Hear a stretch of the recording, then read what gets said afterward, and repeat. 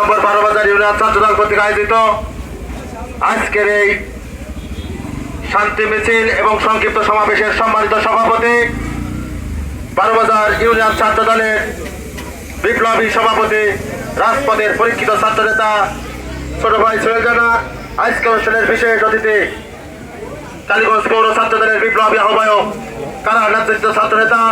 কালীগঞ্জের slogan master খ্যাত ছাত্র নেতা জুয়েল জানা, আজকে অনুষ্ঠানের বিশেষ অতিথি উপস্থিত আছেন কালীগঞ্জ পৌর ছাত্রদলের বিপ্লবী সদস্য সচিব রাজপথের পরীক্ষিত ছাত্র নেতা তরিকুল ইসলাম সহ পৌর ছাত্রদলের যুগ্ম আহ্বায়ক এবং সদস্যবৃন্দ, সরকারি মাহতাবুদ্দিন কলেজ ছাত্রদলের সংগ্রামী আহ্বায়ক ছাত্র নেতা সাজিদ হাসান জনি সহ সকল যুগ্ম আহ্বায়ক এবং সদস্যবৃন্দ, এই ইউনিয়ন দায়িত্বপ্রাপ্ত ছাত্র নেতা কালীগঞ্জ উপজেলা ছাত্রদলের পরিশ্রমী ছাত্র নেতা তারিকুর রহমান টেপু, পরিশ্রমী ছাত্র নেতা মেহেদি হাসান হিরণ সহ ইউনিয়ন ছাত্রদলের বিপ্লবী সাধারণ সম্পাদক শাহন আহমেদ সহ সকল ওয়ার্ড থেকে আগত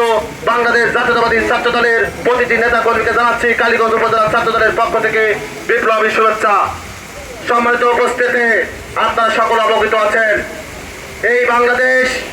5 আগস্ট মুক্ত হয়েছে দ্বিতীয়বার। ঠিক 12 বাজার থেকেও কালাম চেয়ারম্যানের অত্যাচার নির্যাতন থেকে 12 বাজারও 5 আগস্ট মুক্ত হয়েছে। এই 12 বাজারে কালাম চেয়ারম্যানের মতো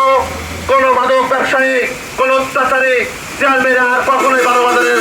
আর তৈরি হবে না। বাংলাদেশ জাতীয়তাবাদী ছাত্রদলের সকল নেতা কর্মীকে আমি উদাত্ত আহ্বান জানিয়ে যাই, কালাম চেয়ারম্যান সহ আওয়ামী লীগের যে দখল দায়িত্ব ছিল, যে দুঃশাসন ছিল, যে নির্যাতন ছিল, তার কোন প্রভাব পেতে এই 12 বাজারে যেন না ঘটে। ছাত্রদলের সকল নেতা কর্মী আপনারা সচেতন থাকবেন যেন বিএনপির নাম ভাঙে, জনতা সাইবুল ইসলাম সৈয়দের নাম ভাঙিয়ে কেউ কোনো অপকর্ম করলে তাৎক্ষণিক ছাত্রদলের পক্ষ থেকে বাংলাদেশ হবে একটি শান্তি সমৃদ্ধ দেশ, বাংলাদেশ হবে দেশ নেত্রী বেগম খালেদা জিয়ার দেশ, বাংলাদেশ হবে তারুণের রহমান তারেক রহমানের পরিচালিত বাংলাদেশ। এখানে কোনো নৈরাজ্য বা দখল দায়িত্ব, কোনো সন্ত্রাস, কোনো মাদক ব্যবসায়ী থাকবে না। আপনাদেরকে উদাত্ত আহ্বান জানাই, ওই যে আবহাওয়ার কারণে এত কষ্ট করেও আপনারা এসেছেন, প্রোগ্রামকে সফল করেছেন, আপনাদেরকে ধন্যবাদ জানাই। আমি অনেক কথা বলার ছিল,